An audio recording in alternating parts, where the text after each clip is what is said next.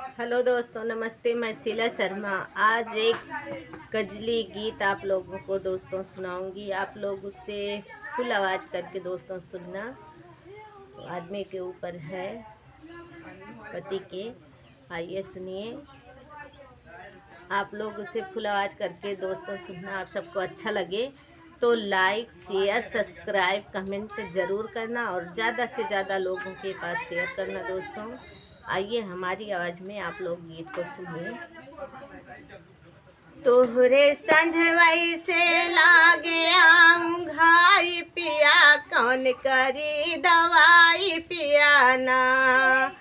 तोहरे संझवई से लागे घाई पिया, कौन करी दवाई पियाना। तोहरे संझवई से लागे घाई पिया, कौन करी दवाई पियाना। एक तो गोदी में गदेला, दूसरे सासू के झमेला। एक तो गोदी में गदेला, दूसरे सासू के झमेला। तीसरे रोज रोज तो का हम जगाई पिया, कौन करी दवाई पियाना। तीसरे रोज रोज तो का हम जगाई पिया, कौन करी दवाई पियाना। तोहरे संझवई से लागया घाई पिया, कौन करी दवाई पियाना। तोहरे संझवई से लागे घाई पिया, कौन करी दवाई पियाना।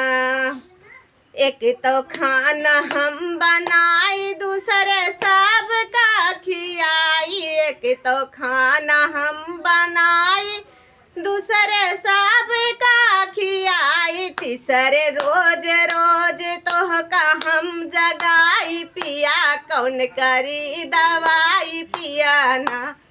तीसरे रोज रोज तो का हम जगाई पिया, कौन करी दवाई पियाना। तोहरे संझवई से लागया घाई पिया, कौन करी दवाई पियाना। तोहरे संझवई से लागया घाई पिया, कौन करी दवाई पियाना। एक तो ननदरी सियानी, दूसरे उनका मनाई। एक तो ननदरी सियानी, दूसरे उनका मनाई। तीसरे रोज रोज तो का हम जगाई पिया, कौन करी दवाई पियाना। तीसरे रोज रोज तो का हम जगाई पिया, कौन करी दवाई पियाना।